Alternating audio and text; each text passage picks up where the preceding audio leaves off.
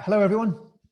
Good to have you here. Thank you for dialing in this afternoon or morning, depending on where you are. And today's session is all about ROWE, how to implement a results-only work environment in your accounting firm. For those of you that don't know me, so I apologize if you do. I know lots of you are here that already know me from my mentoring program, etc.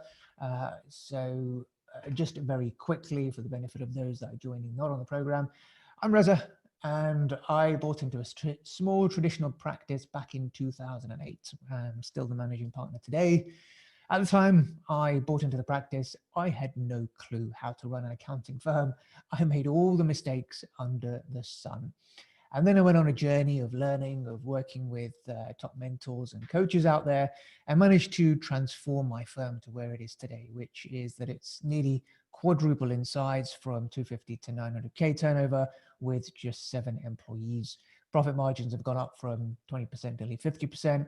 And I am now able to work less than 10 hours a week in the practice because I have a great team behind me and systems in the practice that allow me to work less than 10 hours a week in the practice and spend the rest of my time giving back to the profession, helping accountants like you to build more successful, profitable, enjoyable practices, to transform your profits, to make more money and have more time. So that's me. And for those of you that are not on my program, here are a few testimonials of what my current members are saying. One from Andrew Rhodes, who's an exceptional accountant himself, based up in London, is doing some great things. He's been on my mentoring sessions for nearly a year now.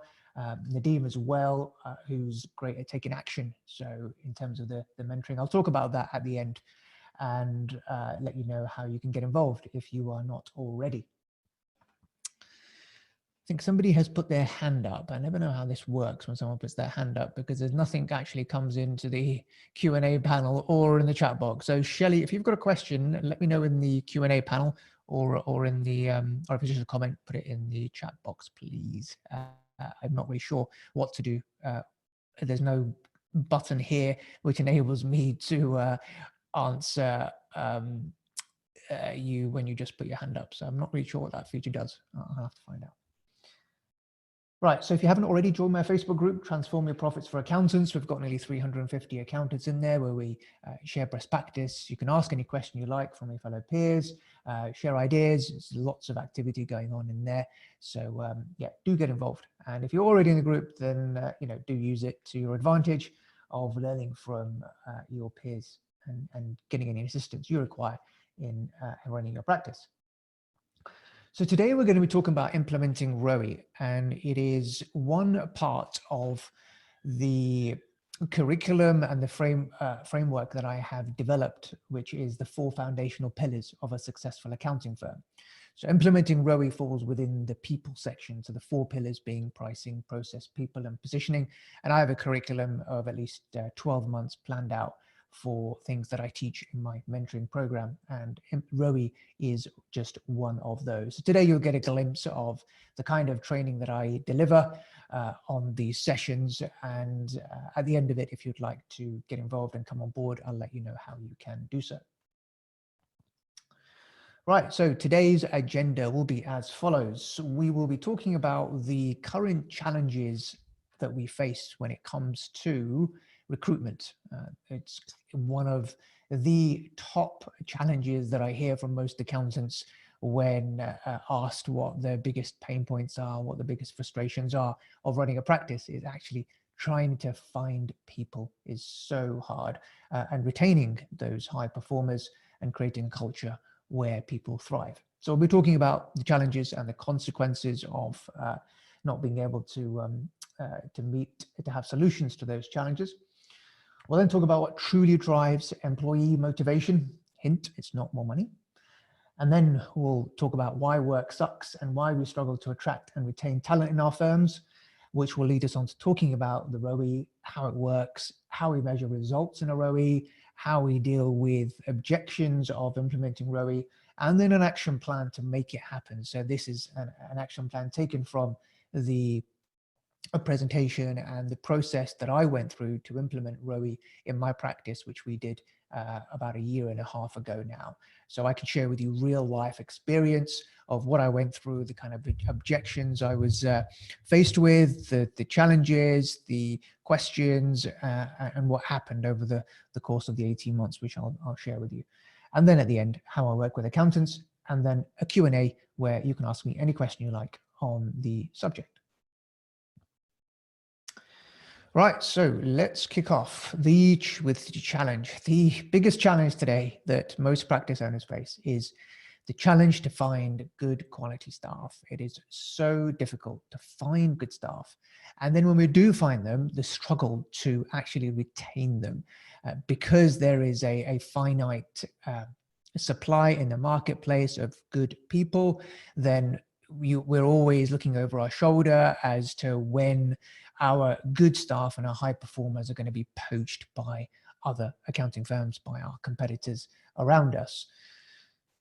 Other challenge with people is that we don't seem to have staff that are motivated.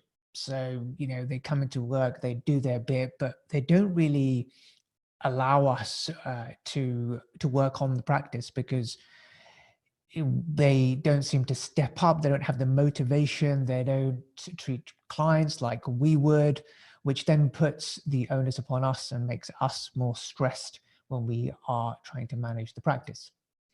So that it leads us on to the consequence. The consequence of that, of not having people who are motivated, means that we end up working longer hours in the business because we don't have people to support us to actually be able to take that burden away from us.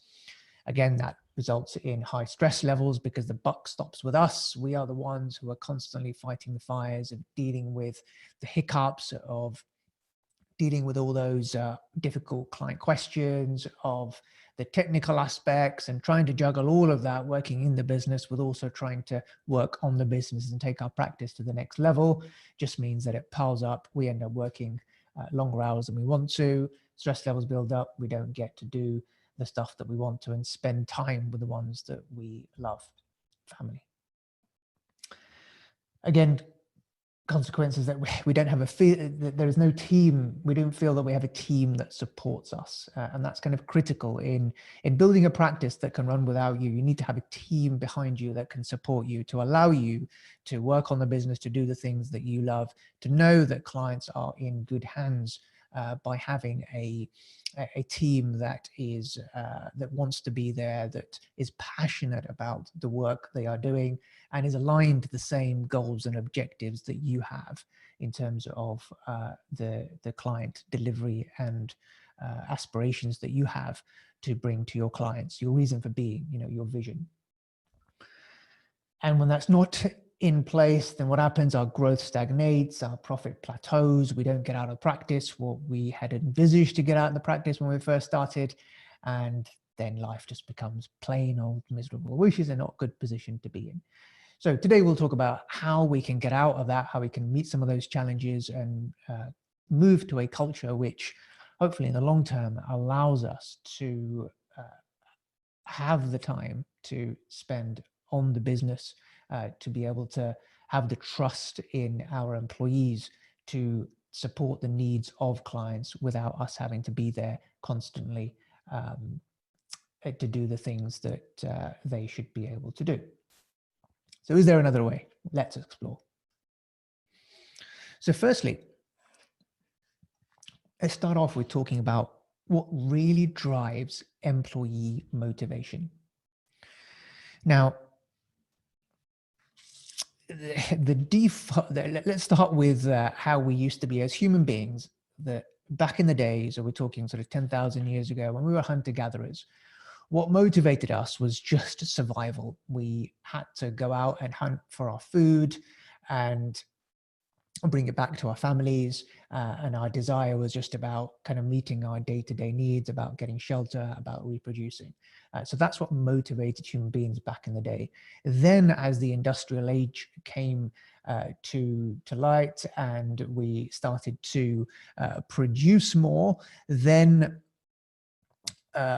it changed to the stick and the carrot. So as production cycles became more complex and mankind started to rely on an impetus to drive production, then extrinsic motivation then came to the fore. So when we started to have to lug coal from the mines out, then it was the carrot was given that the more coal that you can bring to the fore, the more you're going to get paid. And the same thing happened in the factories.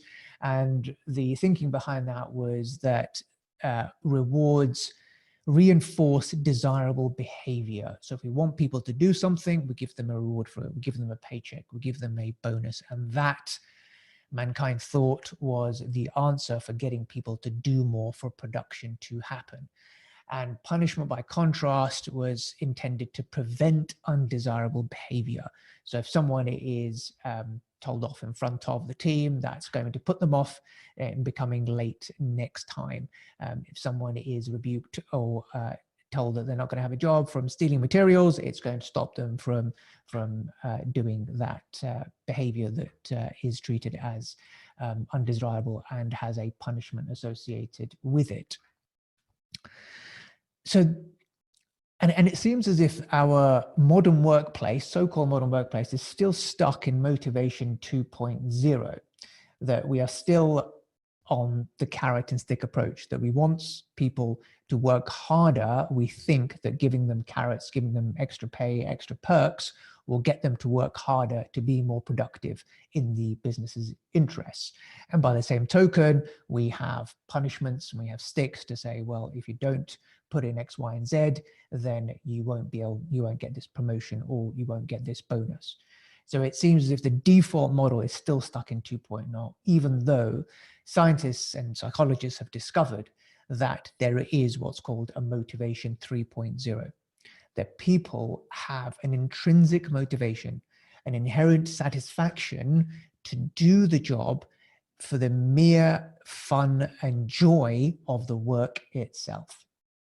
And they tested this in even primates in the 1950s, where they gave some monkeys a mechanical puzzle to solve without any reward. So there was no treat at the end of it for them. They were just given this puzzle, and the hypothesis was that they would not be concerned with actually completing the puzzle because there was no reward for it at the end.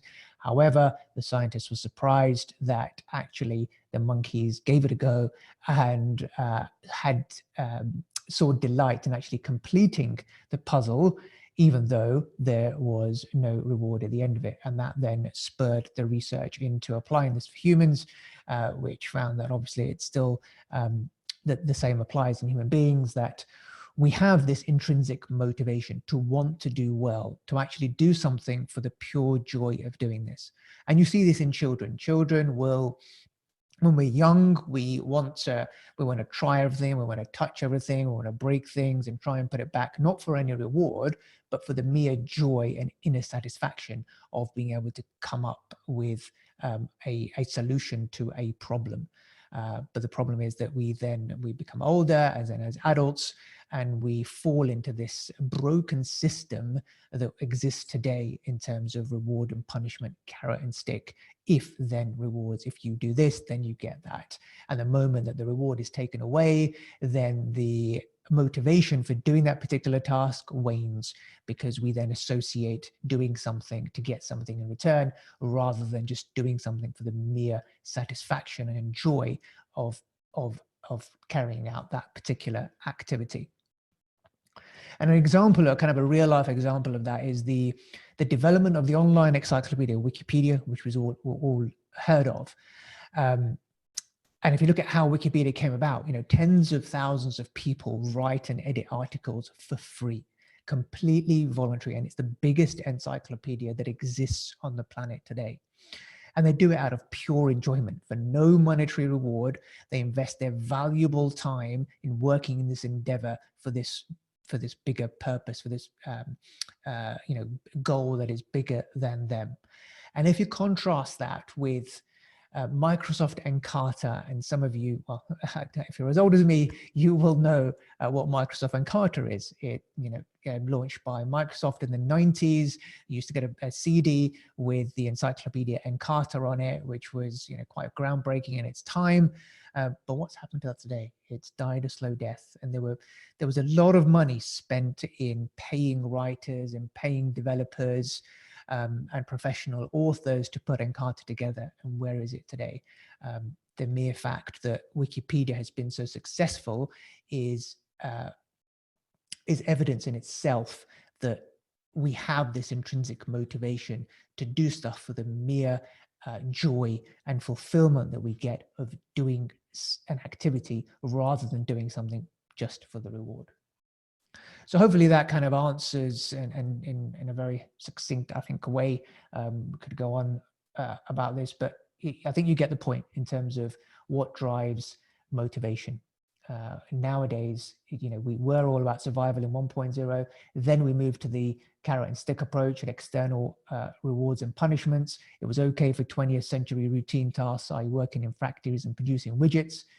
But in this day and age, in terms of where we are required to be more creative to solve problems, carrots and sticks don't work. As Daniel Pink says in his book, Drive, carrots and sticks are last century. So we need to upgrade to a new operating system, a new model, which is autonomy, mastery, and purpose, which I'll come on to next. So what's autonomy, mastery, and purpose all about? Well, the idea of autonomy is that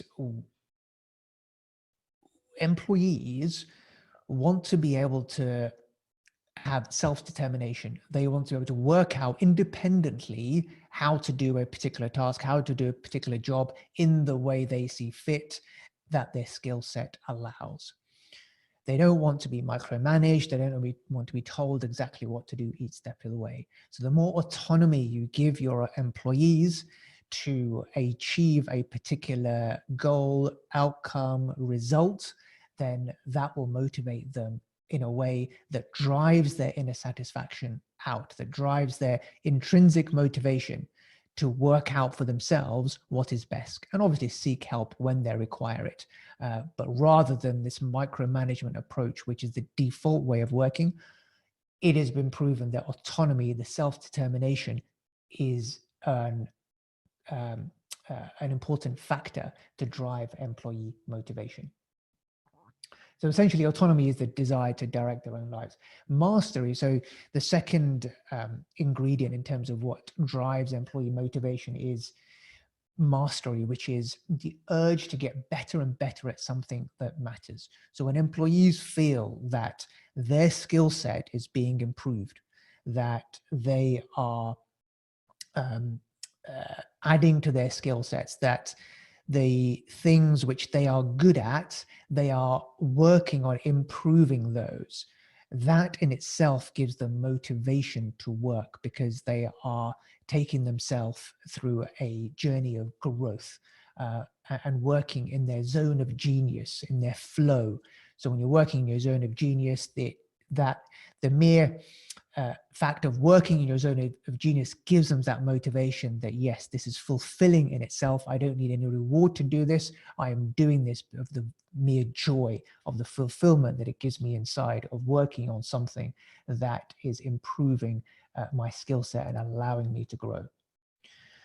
The third ingredient in terms of driving employee motivation is purpose. So the yearning for employees to do something in the service of something larger than themselves.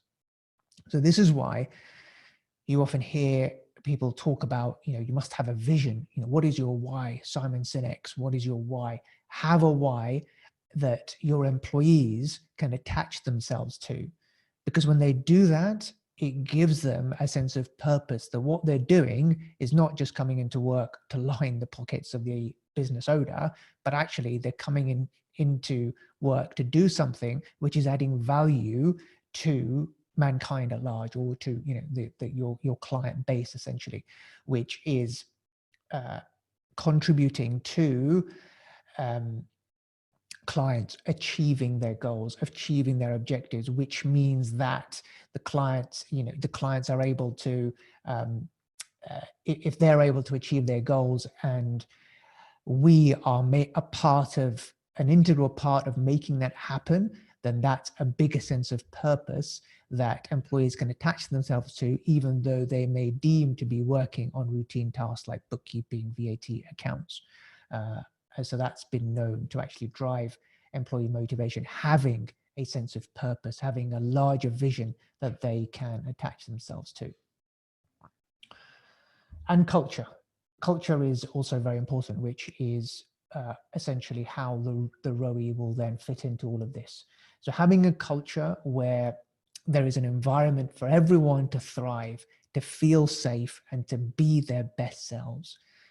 And really, this is a fundamental part of trying to get the best out of people, is actually not seeing them as human resources. Again, this terminology of human resources is from kind of the 80s capitalist textbook, that we see people as a commodity that we want to rinse as much out of them as possible. And when they're no longer useful to us, we discard them. We have to change our thinking on that, not viewing our employees as human resources. They're not human resources. They're people who we have a responsibility to. And when you assist someone, when you assist your employees to be their best selves, to thrive in their whole lives rather than just at work, then they will contribute their best at work. So allowing them to thrive in their personal lives, to understand what it is that's affecting them, to allow them to do the things that they want to do, which is what we'll come on to, then inevitably leads in them feeling better about themselves and contributing more to the workplace, and then making it a win-win for everybody. Right. So on to the main body of the session: why work sucks and why we struggle as a result to attract and retain the best talent in our accounting firms. So this was a picture I saw in the paper that I delivered the other day. Actually, I put these slides together and I saw this and I thought, this is quite apt. I took a picture of it and inserted into the slides. Commuters lose an average of 115 hours stuck in traffic. So commuting is just one of the aspects why work sucks. That we sit in the rush hour, we're in the rat run on a daily basis. It's stressful trying to get to work like everybody else at 9 o'clock, because our society tells us that work happens 9 to 5, which is complete madness, as you'll hear very shortly. So this is only one of the reasons why work sucks, that we sit in the car for ages, or we sit in trains or buses or whatever it may be, trying to rush to get to work. That's one of the reasons why work sucks. Other reasons are that judgments are based around time, and this results in sludging, which I'll talk about in a bit. That because time is so ingrained in our culture, then judgments in the workplace happen around time. And that results in sludging. So what I mean by sludging, and I'll come on to that, is, when people are seen to be working if they are at their desks. If they're not at their desks, and if they're taking breaks, or if they're coming late and leaving early, then there's a perception that they're not working. So the myth is that time plus physical presence equals results.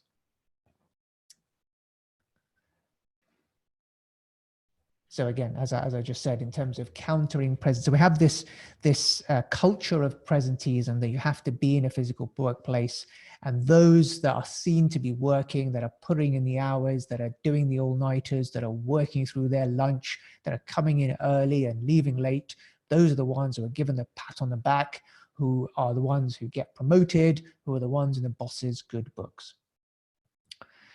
So the other myths are that, like I said, work happens Monday to Friday, 9 to 5. Who says work happens from 9 to 5? This is a practice that dates back to the industrial age, where you actually had to be at a factory from 9 to 5 for work to get done, because that's where work happened. You had to be manning the factory, manning the output for things to be produced.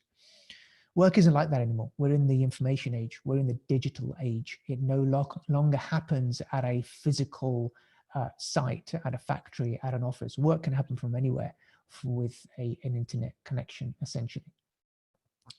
So again, myths about the workplace: people are at their workstations are doing work. So we have this perception that, yes, as long as people are there from 9 to 5, and if they're coming early and leaving late, yes, we feel good that, they're clocking their hours, they must be doing work. But that's a myth. Who says they're actually sitting there doing work? Who says that actually what they're doing is generating results, is being productive? For all you know, they could be spending time on Facebook, surfing the web, playing games, who knows? So other myths are that results are proportional to effort. So, because we see people clocking the hours, because they're doing their timesheets, then they must be working. But actually, we would question that, and we'll come on to that. That face time is necessary to get more work done. We've covered that in terms of it being potentially nonsensical that we have to see people in the workplace for them to be deemed to be working. Which is what leads me on to sludging. So sludging is a terminology used by the authors in the book Work Sucks, which is any negative commentary that occurs in the workplace naturally and is based on our outdated beliefs about time and work. And we all do this. If you look out for it, you'll hear it quite often. You'll either hear yourself saying it, or you hear others in the office saying it as well. Things like, nice of you to join us, when someone comes in late, or good afternoon, said in the morning, a sarcastic comment to refer to someone coming in late. Negative comments about people who might have to leave early because they have kids to pick up, or the kids are sick at home, so they're asked to work from home. Demeaning comments made because someone is not physically present and seen to be working by being in the office. Those people who have to take breaks because they smoked, there's comments made about them to say, oh, wish I smoked because I would get all those extra fag breaks that they seem to get. And so many more that you will come across when you actually take notice of how many comments in the workplace revolve around this concept that time plus physical presence equals results. But actually, when you take time out of the equation and you just replace it with results, then it's a completely different mindset that you will have in terms of judging whether people are working or not and what work actually means. And as we'll come on to, ROWE is all about focusing on results and outcomes, ignoring time, and basically treating each other as adults and not children. Right, so this is quite a fundamental concept of that underlines going ROWE, and it's about demand and control. You see, we have two opposing forces in life. We have demands on us, so we have external demands on our time. So by that I mean we have our working demands, we have our family demands, we have our hobby demands, we have our downtime demands, we have our chore demands. So all these things are demands in our life. And on the other side, we have control. So the ability of us to be able to control the demands in our life. When we have high demand, so when we have lots to do, lots on at work, we've got lots on at home with the family in terms of kids' duties of attending assemblies and nativity plays and taking them to appointments, attending our own appointments, managing our chores and all that kind of stuff. Well, that's high demand. When we can control all of that, then we are in a high demand, high control situation, which means that life is hectic, but it's manageable because we are in control of managing those demands. Think about how you and I operate. We're lucky enough to own our own businesses, right? we're not accountable to anyone for our time. So we largely operate in high demand, high control. We have high demands on us. We've got lots to do, but we manage it. So if we need to drop off the kids first to work, before work, we drop them off. We know we need to pick them up. We know we need to attend any appointments, or, go and have lunch with the missus, or coffee with the missus at any time. We do that, and we make sure that we do it, but our work still gets done. Whether we have to do an extra hour in the evening or the weekends, we manage it. The converse of that is that there is a situation where there's high demands. So all the same demands exist, but there's low control. So there's no ability to be able to juggle those demands, to be able to control those demands within our daily lives. And in that situation, the result is that life is hectic, but it's miserable. So life is both hectic and miserable, which for the large majority of employees, they find themselves in this situation where they've got high demands from all sides in terms of the work side, the family side, the life side, but they're unable to control those demands because their employer says that you need to be in the office from 9 to 5 and do X, Y, and Z. And that is why work absolutely sucks for most employees, which is why we can't attract the best talent, which is why we can't retain our high performance. You see, people just want to be trusted. And this is a key element in all of this, which is trust. People just want to be trusted to do their work and treated like adults in their workplace, adults who will do their jobs. It's funny how we go through school and we go through college and university, and we are expected at college and university, we're left to our own devices. And college is probably one of the best analogies to explain ROWE, that we are at university or college and we know that we need to get, we know what results we want to get. And we will manage our time and manage our schedules and do what is necessary to get the results that we want. We don't have professors standing over us to say, you must study this between the hours of 9 to 5 in the library, otherwise you're not going to pass. We are left to manage our own schedules and our own time to get the results that we want. We know that if we don't study, if we hang out with the wrong crowd, if we don't attend our lectures, we're not going to get the results. So what we do is, but we also know that we have other demands. We want to enjoy life at university. We want to make the best of our time there. We want to do other things which fulfill us from a social perspective, but we will all do it all sensibly, that we can still do all of those things and manage it around putting enough effort and time in to get the results that we want. And that's similar to essentially the explanation of ROWE, that the focus is all on results, that we manage our time in a way that we are focused on getting results as opposed to worrying about how much time it's taking for us to do things. So coming on to the alternative, essentially, which is ROWE. What would a day look like if you didn't have to fill hours? What would work look like if there was no such thing as being late? And what if you got paid for a chunk of work and not time? If you've got any observations, comments, any worries, thinking, oh, this is a bit drastic, or I'm not sure how I'm going to transition to this, put them in the question and answer panel, and I'll have a look at them, and in the chat box as well. So again, coming on to some things to kind of introduce ROWE, isn't it funny that we reward people for putting in long hours when we don't know for a fact that those long hours are amounting to anything? So I touched on this earlier. And again, this is kind of the timesheet society as well, that just because someone has clocked so many hours on the timesheet, they've ticked off in their mind that they've been productive and they've done work. But actually, when you look at the output, has the actual output and the result been what you expected it to be? What would you want it to be in terms of the true metrics that you should be measuring when it comes to the outcomes that you want to give to your clients in terms of how you are adding value to clients? So isn't it funny that we rush to work every day and then spend the first hour at our desk browsing the news and drinking coffee?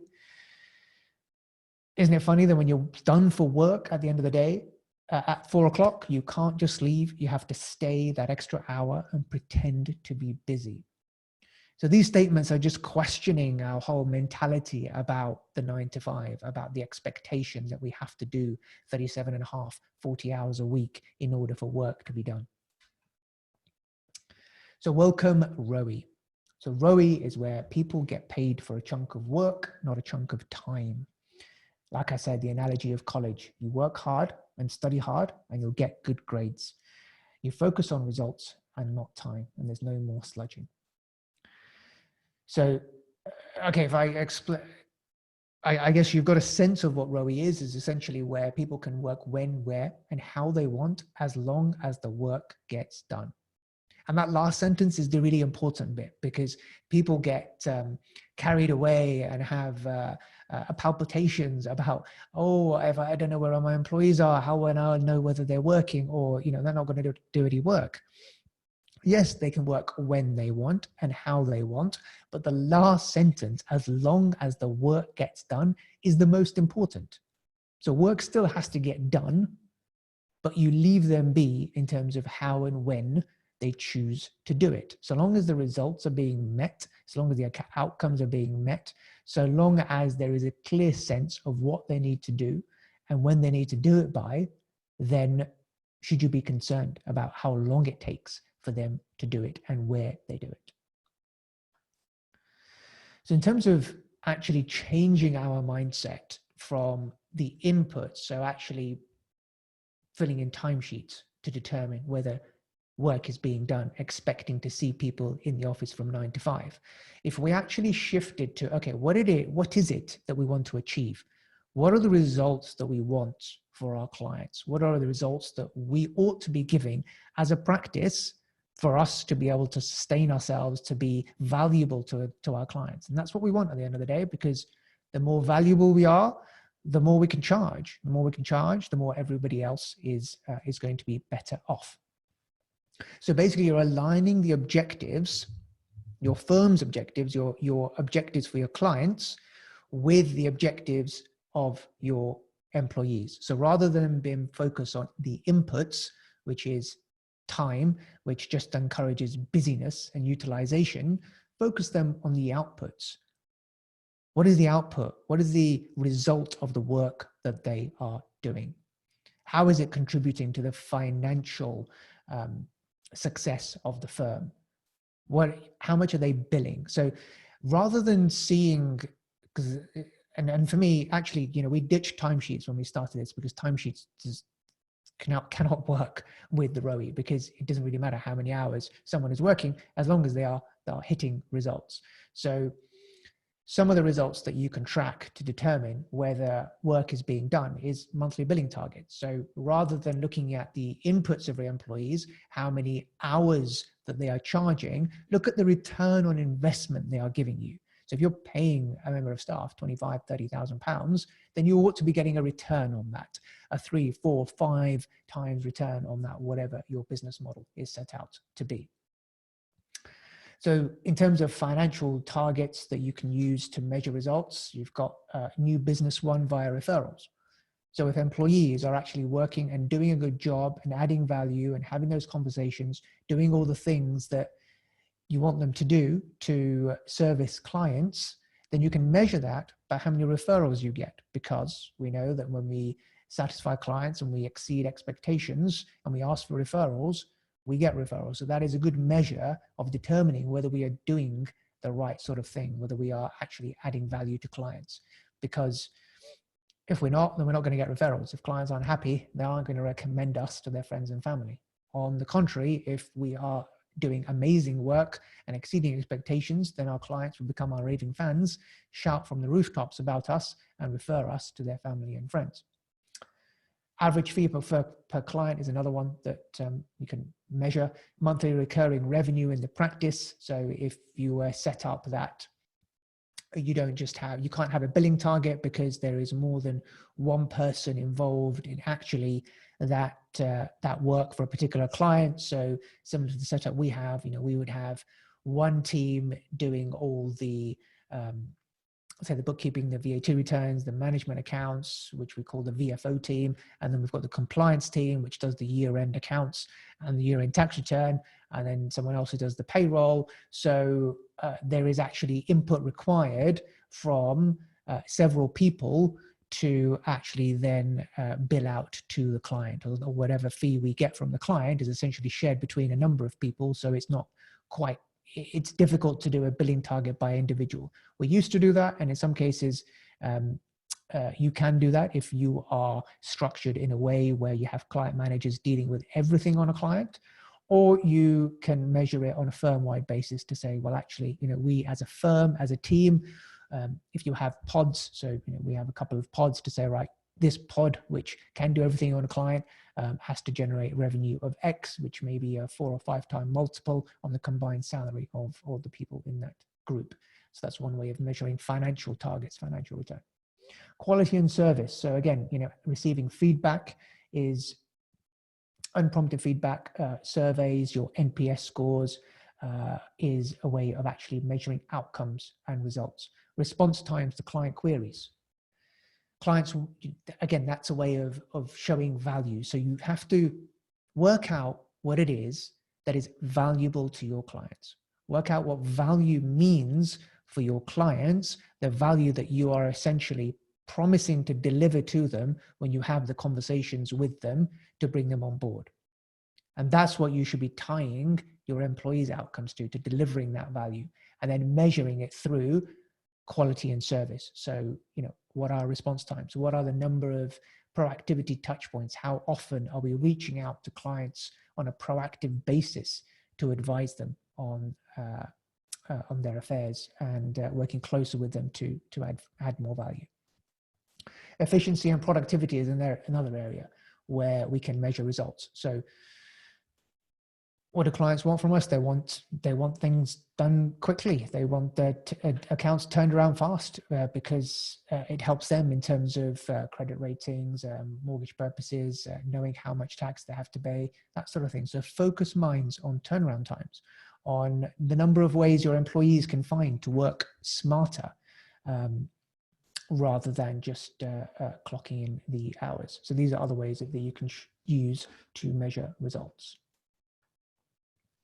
So practically speaking, how do we go ROWE?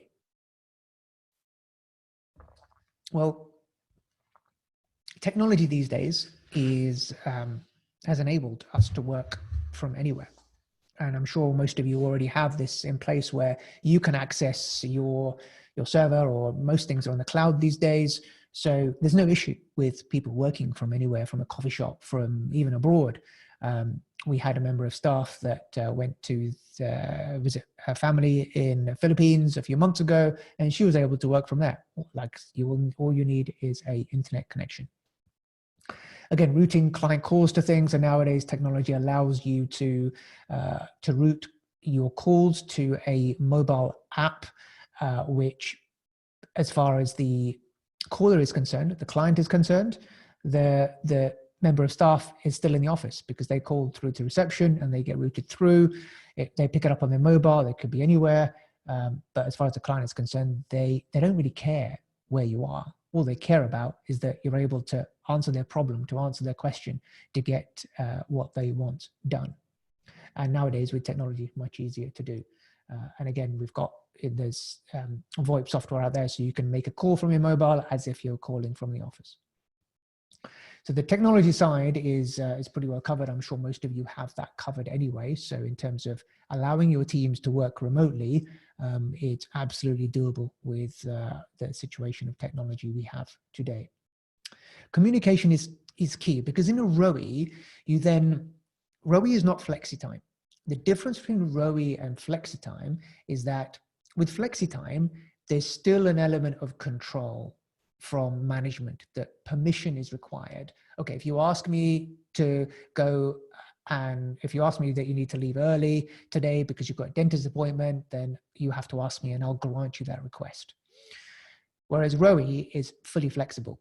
They are able to manage their time around their demands.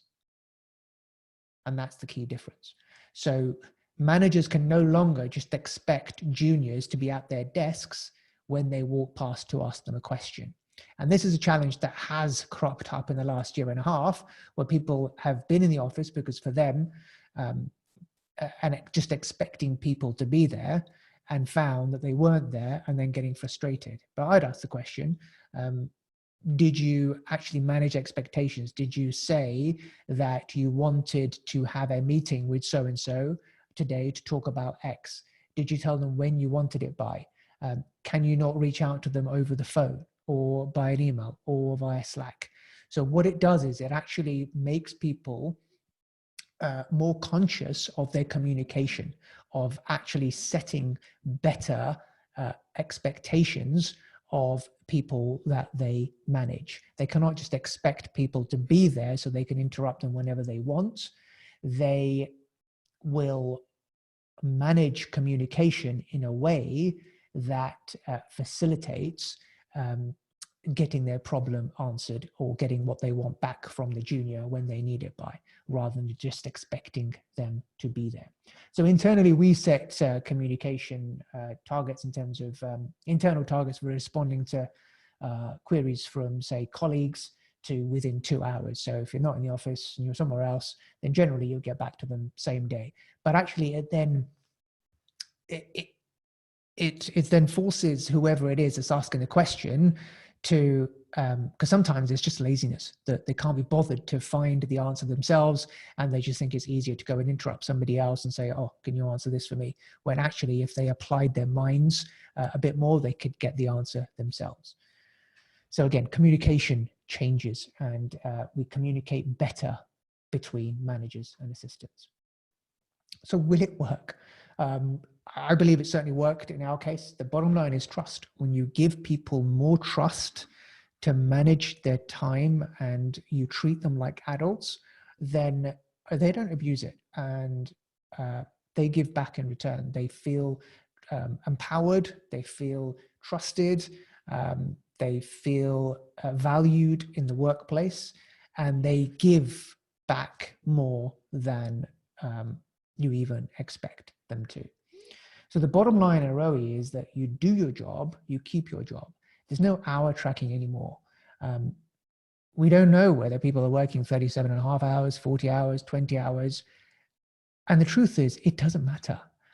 Yes, I know there's employment contracts and all the rest of it, but actually, if you set targets and say, well, we've got a group of people here, or you've got a billing target of 4 times your salary, and they're managing to hit that in 20 hours a week, then why should you care whether they are spending 37 hours a week working or not?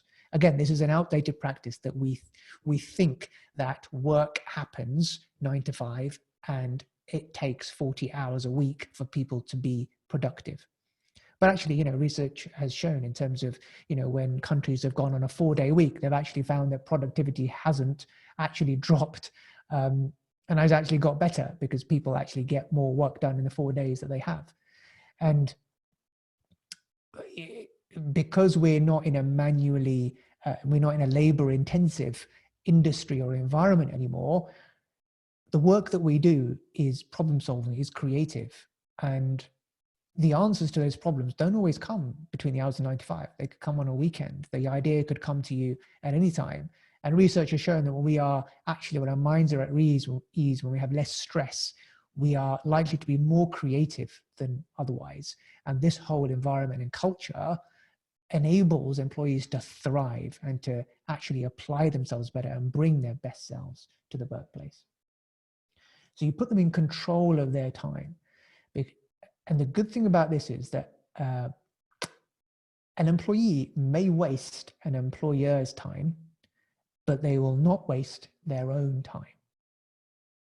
So you give them that time back, they will not waste it. If you tell them that you are required to do, X amount of work, deadlines, et cetera, 4 times salary, and they're able to do it faster and smarter, they will, because they know that the time they gain is theirs to do as they please.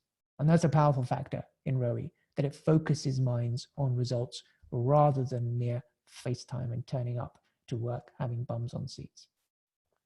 So these are probably questions that you guys may have in your head, so we'll just cover off these before I get to questions that you might be putting in the chat box. So, yeah, but shouldn't we mark on the calendar where we are?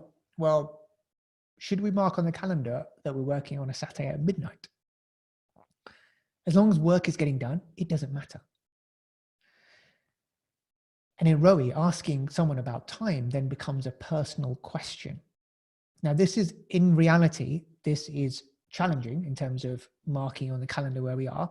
And it takes time for people to actually, for these concepts to embed, because time is so ingrained in our culture, it's hard to get rid of it. My view at the top was always been complete freedom to do work when, where, how you like, as long as work gets done. There are some people in the office who have an old school mindset. They've been in the workplace for a number of years, and that mindset is so ingrained that initially they still wanted people to mark on the calendar, to mention in Slack where they were working from home or working from here. So it does take time in reality, but slowly, these myths and outdated thoughts about time will disappear as you keep working at it and focusing on the outcomes. So what if someone needs you when you're at the movies or shopping at Tesco? Well, they're engaged in the same way as if you were in a client meeting or on a phone call, you would be engaged. It doesn't really matter. So teamwork can cover here, or agreed turnaround times for returning calls and answering emails. So it's not that we need people here in working hours for clients' needs to get met. It's about having the communication with our employees that, look, these are our expectations. This is what we're aiming for, that clients' queries should be answered, that clients should be satisfied, that all deadlines should be met. Empower the employees, give the onus and responsibility upon them to manage clients, to exceed client expectations, and they will do what is required. With your guidance and with your and with the results and metrics tracking, give them the autonomy to do that, and they will deliver. And if they're not delivering, then they're not doing their job. If they're not doing their job, then you can hire someone else to do it. So some people say, I like working 9 to 5, which is fine. If that's how people get work done, then that's fine. But presenteeism itself no longer works. So it's not the case of just because you are seen to be here that we'll consider you as working. It's all about results. If you're getting results between 9 to 5 and doing everything that's expected, then all well and good. But if you're not, then that's not good enough. Then that needs to change. Yeah, but people will take advantage and slack off. People are already doing so.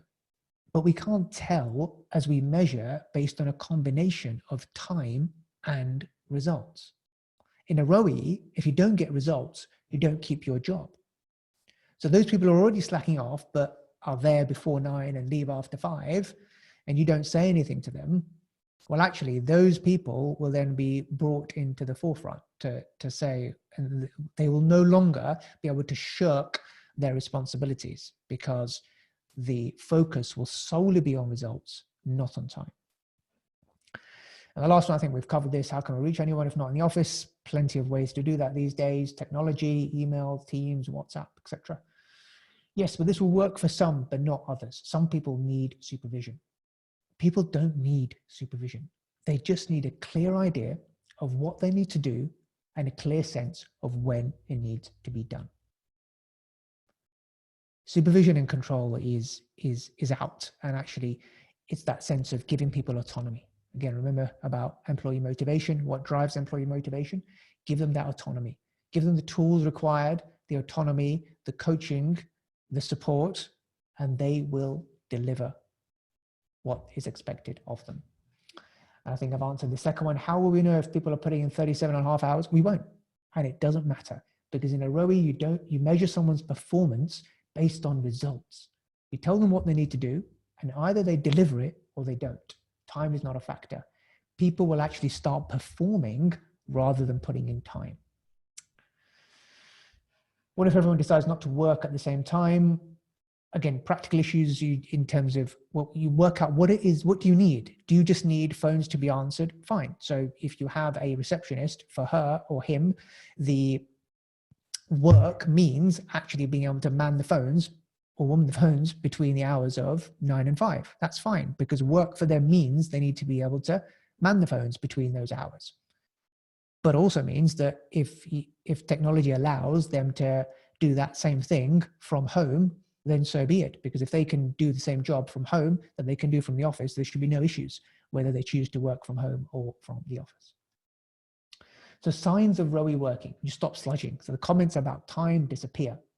Nobody talks about how many hours they worked or what they worked with over the weekend. You get those martyrs who say, oh, I worked through my lunch, or worked overtime over the weekend just to try and get in the good books of the boss. That no longer works. We don't care about time. We just care about results. People work smarter. Now they're in control of their time. They will find ways of working faster, of finding shortcuts, of using technology, being proactive in looking at new technologies to make them more efficient, because they know that if they do so, they're not going to be given more work, but they'll have more time to do as they please. They're in control of their time. People offer tips for doing your job better. People will smile and ask politely what you have done rather than where have you been. Nobody feels guilty, overworked, or stressed out, and every day feels like a Saturday. So the Saturday analogy: on a Saturday, what do? We know we want to have fun. We want to go out with friends. We want to have lunch with the family. So we get our chores done in the morning. Say, we go to do our groceries. We vacuum. We clear the house in the morning, and we plan our day to do the stuff that we want to do in the afternoon. Nobody tells us that, okay, from the hours of 9 to 12, you must do this. From 12 to 2, you must do this. From 2 to 4, you do that. We manage our time ourselves. We manage the demands on our time so that we control what we do with it. Your mission now is to attract the best talent, retain your high performers, and maximize everyone's potential. So thoughts so far? Let me know if you've got any questions, comments, observations, how you feel about it. I will come on to the questions. I've just had a look. There's about 9 questions in there that I need to answer. I will do so, and lots of other points in the chat box. I'll come on to that, but please do put your questions in the chat box. Action plan of how we are going to implement ROWE. Again, this was just something I shared with the team, which might be useful to you, but I think I've kind of covered it off in a previous slide of using technology and tracking key numbers. So actually work out which metrics you're going to track, have a monthly dashboard of key numbers, get it on a flip chart so everyone is aware of it. Focus minds on results, on outcomes, on solutions, on what they have done for clients, on how many reviews they have got, of how many clients have come back and praised them for what they've done, how many proactive calls they've made. All these things are what matters, not how much time they are spending in the office. So what are the new workplace standards? Well, here they are on the screen, that performance conversations are ongoing, not relegated to an annual review process. Again, feedback is fluid. And I'll talk about a piece of software that I use, 15.5, that I use. It's on the next slide, about actually checking in with people. Instead of timesheets, everyone fills in a weekly 15.5, which gives us a pulse score of how everyone is feeling, what went well in the last week, what their priorities are for the coming week, any problems or challenges they have. And it also got a really cool feature of people being able to high five, give people a virtual high five to each other, which is a sign of appreciation. And lots of research gone on behind it, that actually, people want to be appreciated, and this is a good way of encouraging that appreciation through the team in your practice. So nobody talks about how many hours they work. The focus is on the work being accomplished. Work isn't a place you go; it's something you do. The managers address performance issues, not attendance or tardiness issues. Productivity then becomes the new workplace currency. The customer is at the center of all decisions. So people themselves put themselves in the client's shoes. What do I need to do to deliver great client experiences, to deliver exceed expectations of my clients? If there's no results being generated, then there's no job. And that's the new employee agreement. So some software tools that we've used to make this a reality. 15.5, I mentioned, is a great tool which employees use to check in on a weekly basis. Slack, again, you've probably heard of Slack. It's just for communication. Zoom, which I'm using now to deliver this webinar to you, and Calendly as well. So that's an appointment booking system. There are others out there, but Calendly is quite good because it actually, I've got the team to set up their own Calendlys as well, which means that they can be more proactive in terms of not just saying to a client, oh, call me and we'll discuss it, but actually if they want to be in control of their time, actually sending out a Calendly link to say, book a time with me when we can go through this, and they can set the hours that they want to have those calls. So it works well, and they can then plan their days accordingly, knowing that when their calls are, and for clients to not just expect people just to be there between regular office hours. So that was the mini ROWE presentation as part of the four foundational pillar framework and curriculum that I do. So before I get on the Q&A, for those of you that are not already on my mentoring program, apologies for those that you are, just bear with me for a couple of minutes whilst I take people through how they can work with me. So if you liked this training session, then there are 3 ways that you can work with me. And these are my mentoring and coaching programs. The first is a one-to-one mentoring program that I have, which where I spend a full day with you at your office. You come and spend a full day with me in my office. You have personal access to me by phone and email, one-to-one support with your challenges, access to all bespoke proposals, templates, and our firm's checklists, and that starts at $1,200 per month. There are very limited spaces for that. I have a virtual mastermind program, which is everything in the monthly mentoring plus goal planning session. We have one coaching. We have a 90-minute coaching call every single month where you get to you get support, direction, and accountability from your fellow peers in a small group setting. And also, in addition to that, a one-to-one call with me every month, and access to a private WhatsApp group that we have set up for the mastermind members. And lastly, the monthly mentoring. So similar to this, but a 90-minute live training session where I share with you something on the 4-pillar framework. So we cover topics from pricing, from people matters, which is where ROWE comes under, to processes, to positioning, which covers marketing. And I share with you all the resources, the checklist, the templates, how-to guides, videos, handout slides that I use in my firm to get incredible results. And that starts at, and that's £95 per month. There's an online training library that I'm working on that mentoring members would have access to as well. Some of the previous sessions include ones that you can see on the screen. So things like how to price compliance services profitably, marketing, what works and what doesn't, how to attract and retain the best talent, how to price and deliver advisory services, how to deliver 5-star service and wow clients, how to systemize your firm so it can run without you, how to run a discovery call, an initial meeting. So these are all practical sessions that you can take away and apply straight away in your practice to get results. So some of the resources that I have provided, premium resources that I develop in-house that I use on a day-to-day basis with my clients to get results, and I then share that with the group that you can then use. I don't hold any copyright, so you can then, I give you the full text. So for example, I created a virtual finance director brochure, and then my mentoring members have access to that, which they can then have designed and use to sell virtual finance director services. One of the members, I'll show you in a minute, managed to get a fee of nearly £10,000 a year from using that resource. An onboarding form that we've developed that enables you to capture all that information from your clients to show, again, deliver great client experience for new clients coming on board and getting all that information from them when they come on board with you. I share proposals that I use. So my most famous one is one that I use to get a fee of nearly £140,000 from one client for a piece of advisory work. And I share the exact system, process, and proposal that I used to do that. So you can go away and apply the same and get similar results for one-off ad hoc advisory projects. Again, client survey templates, one-page pricing summaries, and many more.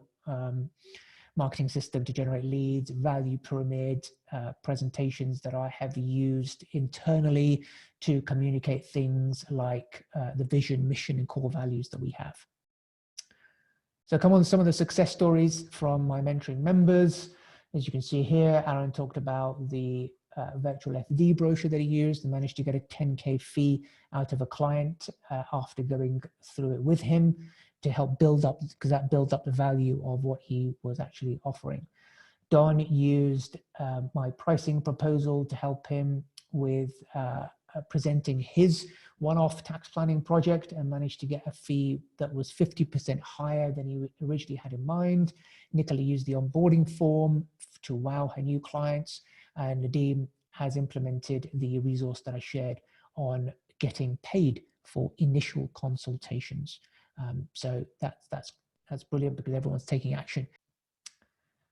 So that's that over. Recommended reading for you guys, 2 books that I would suggest you read if you haven't read already.